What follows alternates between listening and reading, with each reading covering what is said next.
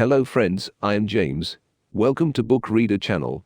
Today I will read the novel which is The Little Prince. It is one of the most translated books in the world and was voted the best book of the 20th century in France. Translated into 300 languages and dialects, selling nearly 2 million copies annually, and with year-to-date sales of over 140 million copies worldwide, it has become one of the best-selling books ever published. If you have not subscribed to our channel yet, please subscribe to my channel immediately so that you can't miss new videos that we upload. The narrator begins with a discussion on the nature of grown-ups and their inability to perceive important things. As a test to determine if a grown-up is as enlightened as a child, he shows them a picture depicting a snake which has eaten an elephant. The grown-ups always reply that the picture depicts a hat, and so he knows to only talk of reasonable things to them, rather than the fanciful. The narrator becomes an aircraft pilot, and one day, his plane crashes in the Sahara, far from civilization. The narrator has an 8-day supply of water and must fix his aeroplane. Here, he is unexpectedly greeted by a young boy nicknamed the Little Prince. The prince has golden hair, a lovable laugh, and will repeat questions until they are answered. The prince asks the narrator to draw a sheep. The narrator first shows him the picture of the elephant inside the snake, which, to the narrator's surprise, the prince interprets correctly. After 3 failed attempts at drawing a sheep, the frustrated narrator draws a simple crate, claiming the sheep is inside. The prince exclaims that this was exactly the drawing he wanted. Over the course of 8 days in the desert, while the narrator attempts to repair his plane, the prince recounts his life story. He begins describing his tiny home planet. In effect, a house-sized asteroid known as B612 on Earth. The asteroid's most prominent features are 3 minuscule volcanoes, 2 active and 1 dormant or extinct, and a variety of plants.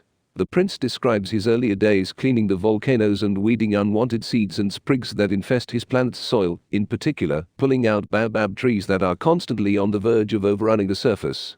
If the baobabs are not rooted out the moment they are recognized, its roots can have a catastrophic effect on the tiny planet. Therefore, the prince wants a sheep to eat the undesirable plants, but worries it will also eat plants with thorns. The prince tells of his love for a vain and silly rose that began growing on the asteroid's surface some time ago. The rose is given to pretension, exaggerating ailments to gain attention and have the prince care for her. The prince says he nourished the rose and tended to her, making a screen and glass globe to protect her from the cold and wind, watering her, and keeping off the caterpillars. Although the prince fell in love with the rose, he also began to feel that she was taking advantage of him, and he resolved to leave the planet to explore the rest of the universe. Upon their goodbyes, the rose is serious and apologizes that she failed to show she loved him, saying that they had both been silly. She wishes him well and turns down his desire to leave her in the glass globe, saying she will protect herself. The prince laments that he did not understand how to love his rose while he was with her, and should have listened to her kind actions, rather than her vain words. The prince has since visited 6 other planets, each of which was inhabited by a single, irrational, narrow-minded adult, each meant to critique an element of society. They include a king with no subjects, who only issues orders that can be followed, such as commanding the sun to set at sunset. A narcissistic man who only wants the praise which comes from admiration and being the most admirable person on his otherwise uninhabited planet. A drunkard who drinks to forget the shame of drinking. A businessman who is blind to the beauty of the stars and instead endlessly counts and catalogues them in order to own them all, critiquing materialism. A lamplighter on a planet so small, a full day lasts a minute. He wastes his life blindly following orders to extinguish and relight the lamp post every 30 seconds to correspond with his planet's day and night. An elderly geographer who has never been anywhere or seen any of the things he records, providing a caricature of specialization in the contemporary world. It is the geographer who tells the prince that his rose is an ephemeral being, which is not recorded, and recommends that the prince next visit the planet Earth.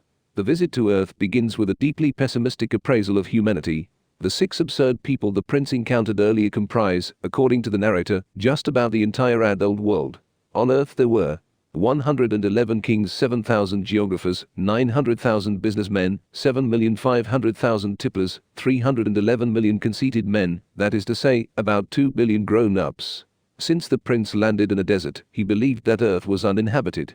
He then met a yellow snake that claimed to have the power to return him to his home, if he ever wished to return.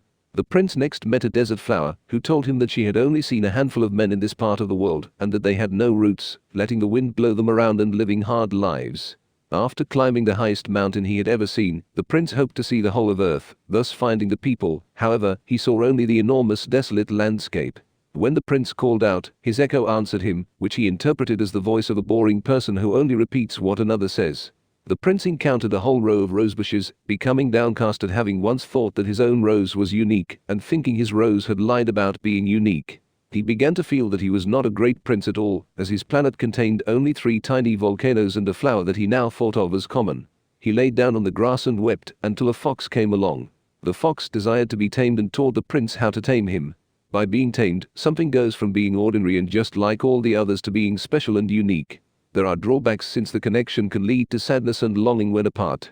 From the fox, the prince learns that his rose was indeed unique and special because she was the object of the prince's love and time. He had tamed her, and now she was more precious than all of the roses he had seen in the garden. Upon their sad departing, the fox imparts a secret. Important things can only be seen with the heart, not the eyes. The prince finally met 2 people from Earth. A railway switchman who told him how passengers constantly rushed from one place to another aboard trains, never satisfied with where they were and not knowing what they were after. Only the children among them ever bothered to look out the windows. A merchant who talked to the prince about his product, a pill that eliminated the need to drink for a week, saving people 53 minutes. Back in the present moment, it is the 8th day after the narrator's plane crash, and the narrator and the prince are dying of thirst.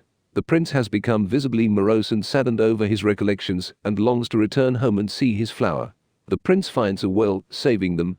The narrator later finds the prince talking to the snake, discussing his return home, and his desire to see his rose again, who, he worries, has been left to fend for herself. The prince bids an emotional farewell to the narrator and states that if it looks as though he has died, it is only because his body was too heavy to take with him to his planet. The prince warns the narrator not to watch him leave, as it will upset him. The narrator, realizing what will happen, refuses to leave the prince's side. The prince consoles the narrator by saying that he only need look at the stars to think of the prince's lovable laughter, and that it will seem as if all the stars are laughing. The prince then walks away from the narrator and allows the snake to bite him, soundlessly falling down. The next morning, the narrator is unable to find the prince's body. He finally manages to repair his aeroplane and leave the desert. It is left up to the reader to determine if the prince returned home or died. The story ends with a drawing of the landscape where the prince and the narrator met, and where the snake took the prince's corporeal life.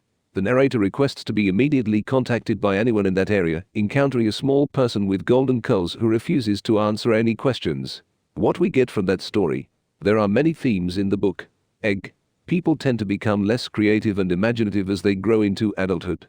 Most adults are preoccupied with things of little real value. For me, one of the most important themes is that we give purpose and meaning to our lives through the relationships, especially of love and friendship, we form.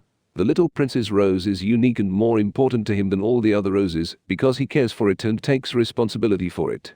After he tames, a metaphor for forming a relationship, the fox, it, likewise, becomes different to him from all the other foxes, and he feels responsible for it. Stay tuned to this channel and listen more interesting books. If you have not subscribed to our channel yet, please subscribe to my channel immediately so that you can't miss new videos that we upload. Thanks, and bye for now.